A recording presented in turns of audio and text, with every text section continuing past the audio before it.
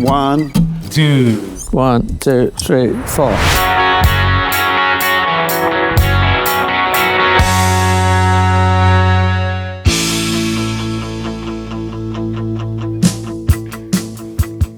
Los Angeles, the home of surfer music, 80s hair metal, West Coast hip hop, and so much more.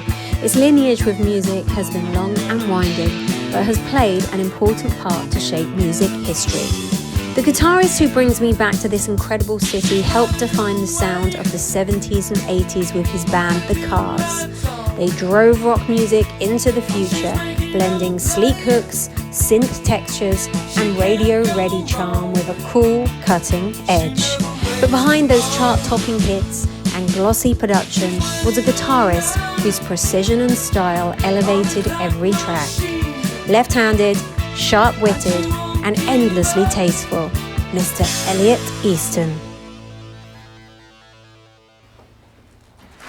Hi, Kylie. Mr. Easton, I've come for my guitar lesson. Welcome. Come to the right place. Yeah. Welcome to my humble chapeau. What a very beautiful place it is. Good to see you. Welcome. Come on in. Okay, look at this. Obviously, this is the living room. It's mid-century, isn't it? Very yeah, mid-century. I mean, the house is 70s, but our designs and our styling pushes it in that direction. I just noticed around the corner there, the Moon Man, the MTV. Little spaceman, yeah. We won the very first Video of the Year VMA Awards, the first year they had them. Did you? Yeah, it was 1983, 84. So what would have that been for then? You Might Think. Okay, yeah. With the one with Rick's head on a fly's body. Yeah, I know. All that. Can I hold it? Yeah, it's a little heavy. I want to see how heavy it is. Yeah, but you got to glue that back on. Oh yes! No wonder people use these as door stops. Oh yeah. Yeah. And then over there, if you'd be interested, is the Rock and Roll Hall of Fame. Yes. You know, when I was watching your speech from the Rock and Roll Hall of Fame, it made me cry. Oh. It was such a wonderful speech. My mom. That's why it made me cry. Oh, that's great. Isn't that nice? That is wonderful. That must have felt like quite an achievement. Like, sure, after all these years, you know, people are cynical about the Rock and Roll Hall of Fame, and they put on a tough face and say it doesn't mean anything, and I don't care, and blah blah blah. I'll tell you what, I was honored and thrilled, and to start out at 3 with a plastic guitar, and end up all those years later being in the Rock and Roll Hall of Fame, it really touched me. Yeah. Even if there's politics involved, and even if there's people that should be in that aren't in yet, or whatever people say about it. Yeah. I was really happy. Yeah, I was very honored. It came across like all of you were really happy, actually. Well, like it's been my life, hasn't it? I mean, you know, at 3 I saw Elvis on TV, and you saw the picture of what the result of that was. Yeah. You as a kid with the little cowboy hat. Yeah, but I immediately, seeing Elvis, I brought my mom a glass of water and a comb, and I made her do this with my hair and pull it down. It's like Elvis, and I'm mugging in front of the mirror, and I'm like a little rocker at 3. For me, where it started was, and I just seen his book up there, and it ties into you. Who's that? Slash. So. Oh yeah, he mentions me in that book. He does, but the thing is, for me, Slash was the guitarist that made me hear a guitar in a song for the first time. Oh. And then it opened up that world. And then I went deep diving into all the greats and everything else. And I know he talks about you influencing him. And when I never knew that. And then when I was listening to some of your guitar solos recently, I was like, oh my goodness, I can really hear how he was influenced by you. Wow, it's really nice. He's a sweetheart. We're friends. We played a gig like 2 weeks ago. Him, Bonamassa, Jimmy Vivino, that Barry Goldberg memorial. So it was fun to play together. We'd never played together before after all these years. So we played, and it was nice. I wouldn't say he's a close friend, but he's a friend. Yeah, that's great.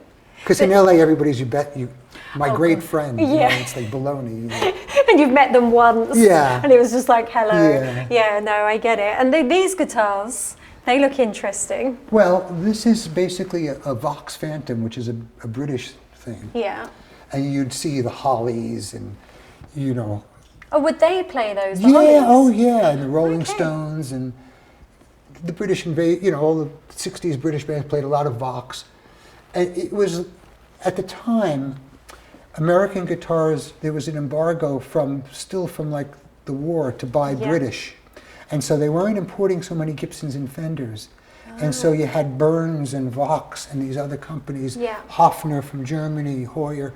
And those were the beginner guitars for a lot of the English guys. Yes, of course. Because they were accessible. You've really made it beautiful in here. I feel like as well that we've coordinated, because my outfit's a bit 70s. No consultation whatsoever, folks. Yeah, it's wonderful. Oh, and this is you just sort of like, flop down, watch TV, hang out. Yeah. Got the Beatle Abaddon. Of course you do, the Beatles. So would you say they were your sort of main influence? I would. The first time they played on the Ed Sullivan Show, which is like Sunday night at the Palladium here, right? But it turned us American kids onto American music, but filtered through these English kids that looked amazing with their hair and their Cuban-heeled boots and guitars. I'm trying to dance around it, but I can't fully convey the impact that had. It was like, that's it. The Monday after that Sullivan Show, you get on a school bus and there's bullies on the bus and people won't let you sit in their seat and knock your books down and this and that. The day after the Sullivan Show, the entire bus was singing "I Want to Hold Your Hand." Really? So that was the power of music. It kind of brought everyone together. Everybody was talking about it and singing that song. And then the next day you went back to, you can't sit here. Pretty much. So did you own a guitar before that point then? Yes, I did. My parents were astounded because I could pick simple little melodies out of that plastic ukulele with plastic strings on it. And I could actually play a recognizable melody. Yeah. And so that just blew their minds. Right. I just loved it from the beginning. It felt like an appendage. It felt like part of my body from the get-go. Really? Yeah. So I'm home. That's because it was something you were meant to do. Like I watched friends growing up to try to decide what they were going to do with their lives. And I never asked that question. Okay. There was never a doubt in my mind. Whether it was going to be up here or down there, I was going to be playing guitar. Okay. Whether it was on a Coliseum stage or in the corner bar. But the most interesting thing for me when I listen to your music is that, like you talk about being, the Beatles was like your first main influence. But were the rest of the band into it? Because it seemed like you were all into very different music. That's correct. Which helped create this insane sound that you had. What you said was very true. Very different people. Yeah. So many bands are close in age and maybe all went to the same high school together and all have the same record collection. And that was not the case with us. We had a wide age spread and very different influences. From, at one end, Rick, who was into sort of beat poetry, and Lou Reed and the Velvet Underground and stuff like that. And then all the way to me, who was into like Chicago blues, Southern soul, the band. Greg was somewhere in the middle. We kind of crossed paths on the Beatles and Beach Boys and stuff like that. But he went into the German synth stuff, Klaus Schulze and Kraftwerk, and he loved Brian Eno. And David, our drummer, was in the Modern Lovers. That had, Jonathan Richman. They had that song Roadrunner. Yeah. So he was like in a punk band before there was a name for it, really, because that was a big influence on the bands forming punk bands. Yeah.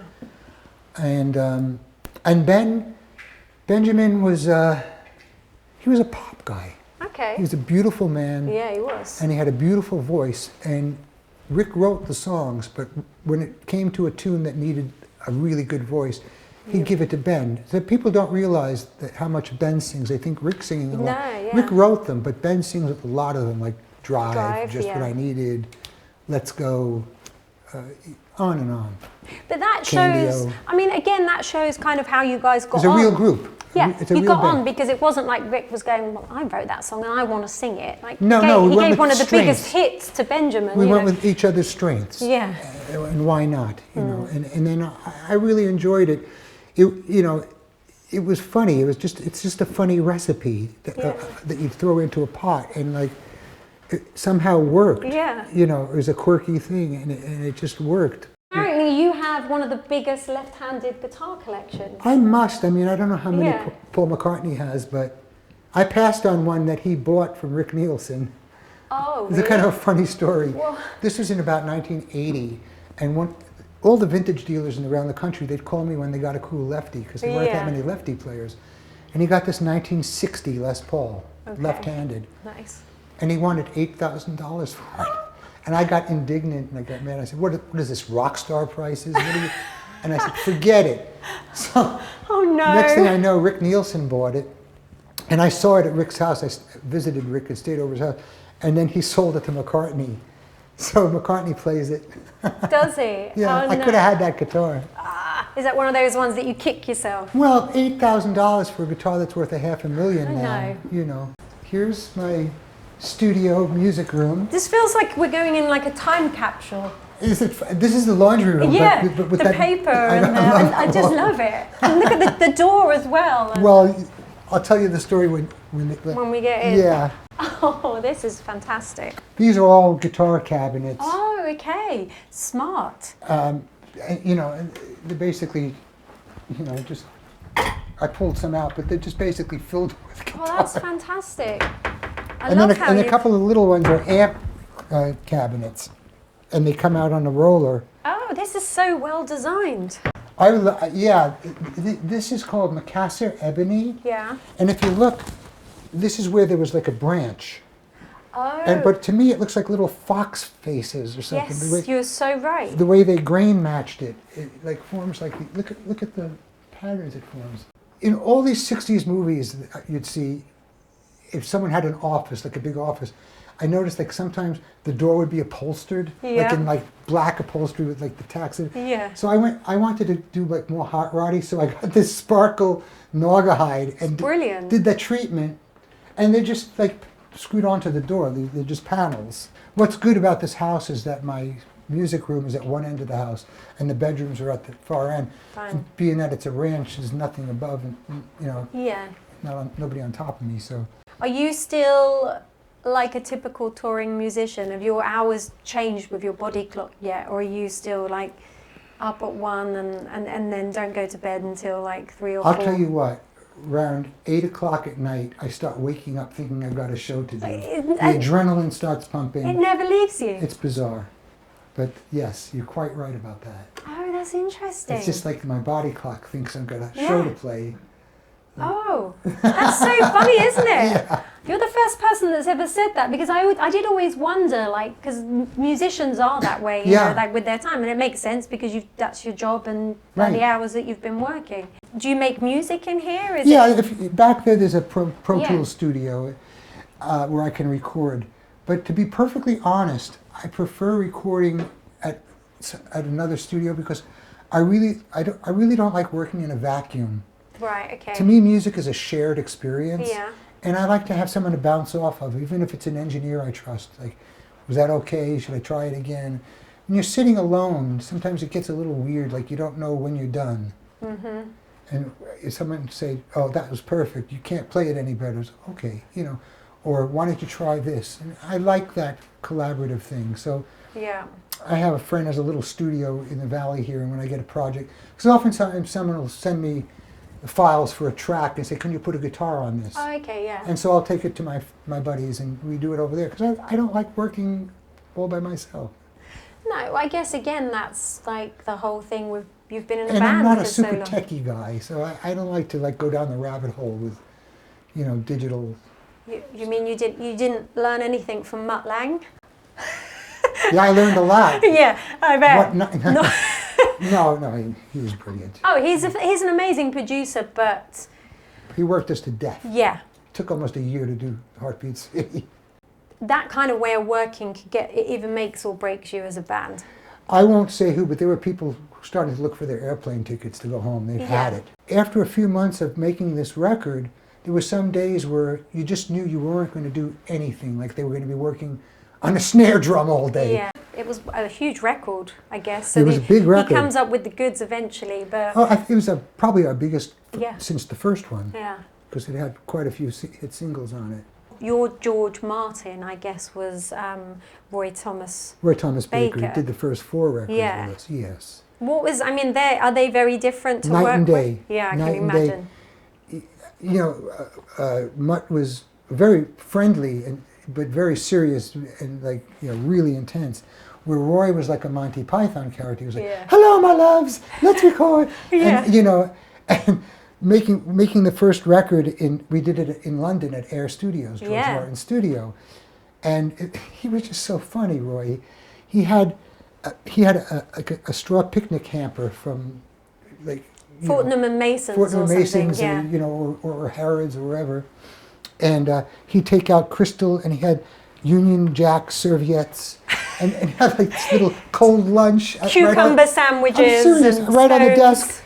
And I also remember, he's kind of interesting fellow, but if you did a good take, he would reward you. In his attaché case, he had all these German porn magazines. You're joking. That's so funny. It's like you've earned it. He would reward the guy with a...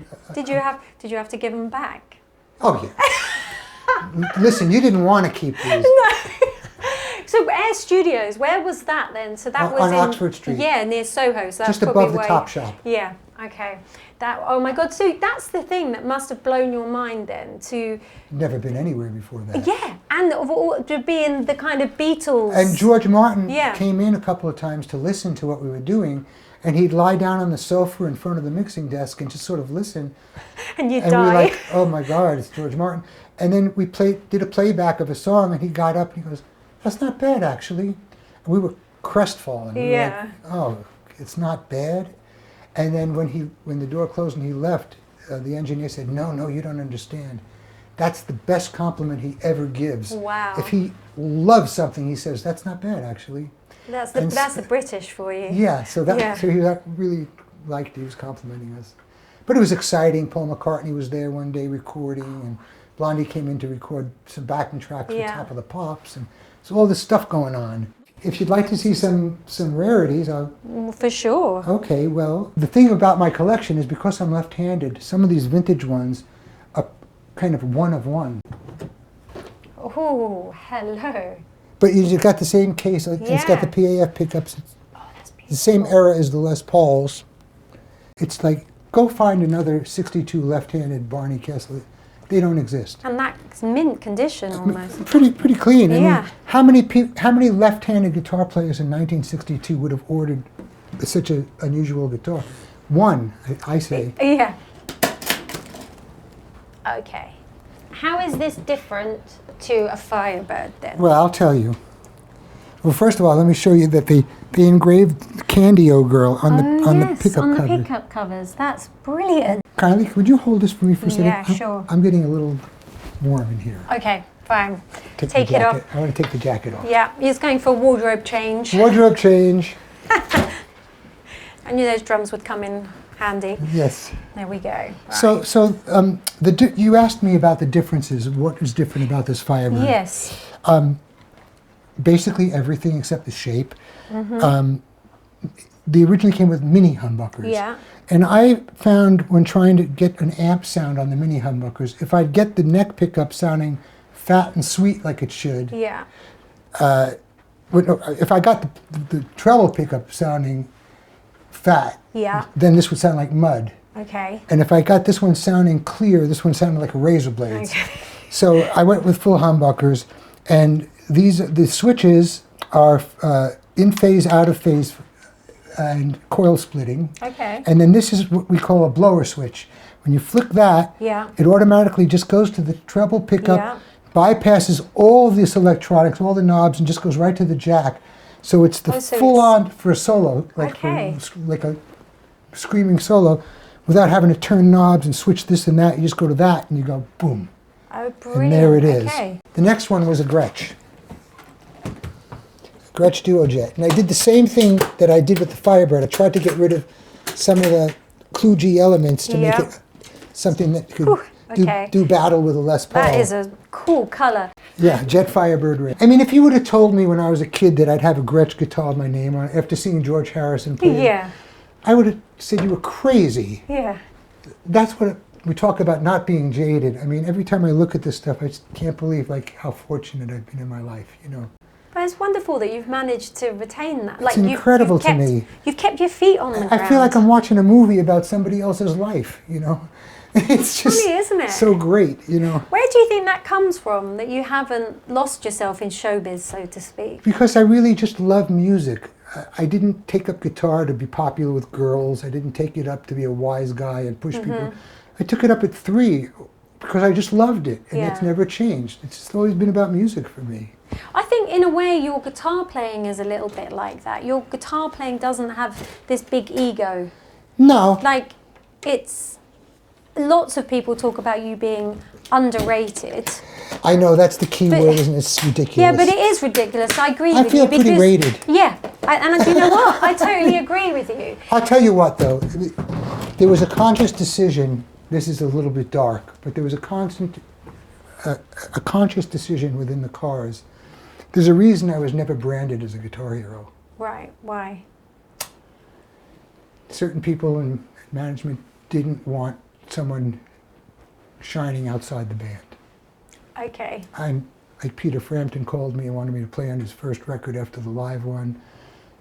It was turned down, not by me, and a lot of opportunities. And I don't want to say too much about it because I'm very happy with how my life went. But this underrated thing, there's a real reason for it. Okay. And it's no accident, put it that way. But that's a shame, though, I think. I mean... Well, yeah, I thought so. Yeah. But I mean, that underrated tag is just always... No, because I think you are, like you say, you are extremely rated. A lot of people by the talk guitar about community. You. Like, a kid on the street knows who Slash is and knows who, Jimmy Page or Joe Bonn. But the guitar aficionados know who I am. Well, it's nice to get out and go for a little spin in the neighborhood. It is. We just love it. I'm happy here. And what about moving to California? Because obviously you're from the East Coast. I am, but I always felt like this was sort of my spiritual homeland. From the Rat Fink stuff and the Beach Boys and surf music and Fender guitars and all that pop culture stuff in LA.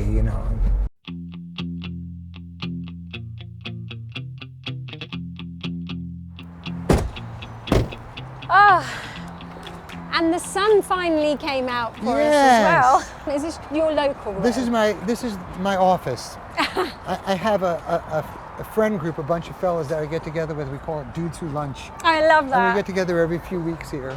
Can you just show me some traditional Jewish... Those are knishes. What's a knish? A knish is just dough stuffed with either potato or meat, sometimes spinach. Oh, nice. Are they good? They're delicious.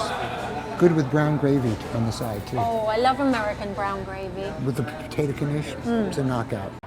I want to try one of those. A knish? Knish. Yeah, get the... Do they do it with the brown? Yeah, you get the brown gravy on the side. I might just try one, and then I'll get a drink as well. Yeah, that's a great idea. It's filling. It's a good size. Obviously, this is like the food that you grew up on. Well, yeah. We go every Sunday. We go to Brooklyn to my grandmother's house, and she cooked up a storm. I mean, she couldn't read or write English. This woman would cook pans of those knishes. So it'll be the test now whether it's as good as your grandma's. Oh, probably nothing's not. As good. No, that's impossible. So what was life like as a kid for you? Paint the picture of what childhood was like. So in 1960, we moved to Long Island, to a town called Massapequa. Great name. Same high school as Brian Setzer, and all the Stray Cats went to my high school, and Jerry Seinfeld. There's Massapequa, and it was all Jews and Italians, so we called it Matza Pizza. So Dr. Brown's. So this is what you would have had as a kid as well? Yeah. My grandmother had it delivered in like seltzer bottles where you press the thing. I love that. Brooklyn was great in the 50s and 60s. Nothing like it. I mean, there's nothing like a Brooklyn candy store. Thank you.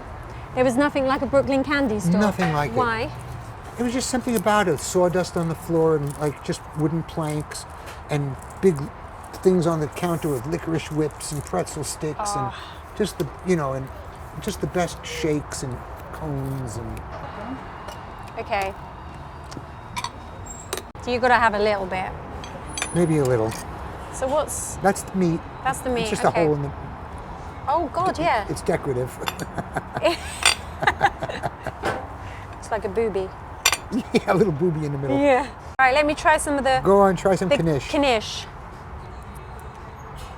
Oh my God. It's good? That's bloody lovely. Oh, good. I'm so glad.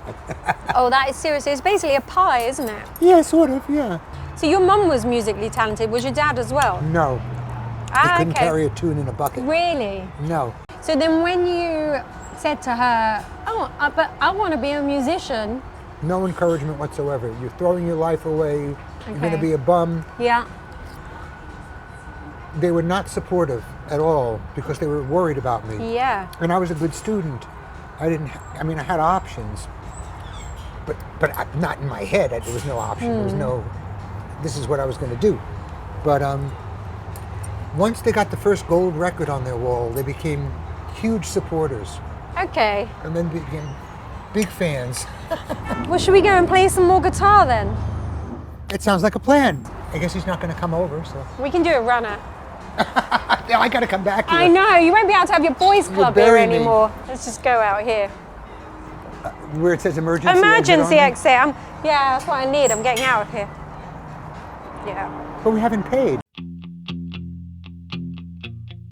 How did you and Rick work together as guitar? Because he was obviously rhythm and then you were lead. Well, How did you work together? Well, he was a very primitive guitar player. He just basically played power chords in those little clickies, ding, ding, ding, ding, ding, ding, ding, ding, ding.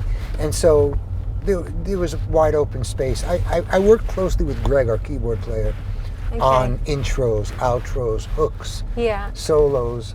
Okay, well, talking of Rick, I'll be doing his parts in a minute. We'll see how primitive it was. Even I won't be able to handle it. That was funny. Just very simply, I'm just moving between A and B. Well, the first A.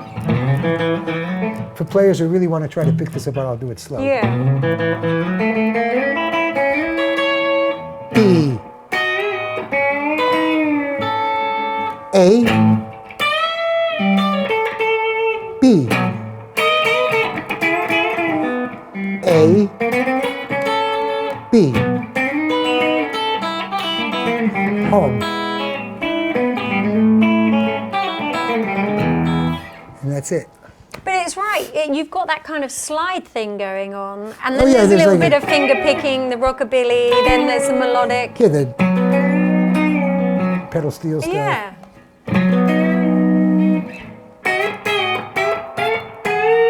Yeah. So let me go over it again so I got it in my head. So it Would you was. like me to play with you, or you want to just practice it?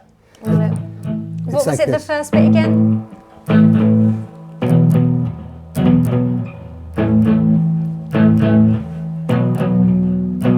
One more. Now EAB. Perfect. That's it. Something like that, wasn't it? It does there's like a little whip up or something. That's it. Yeah, it's different every time probably. He's just kind of. Yeah, just whatever he feels like in the moment. Yeah. Sometimes your hand just doesn't do what you want it to do. Isn't that the truth? Yeah.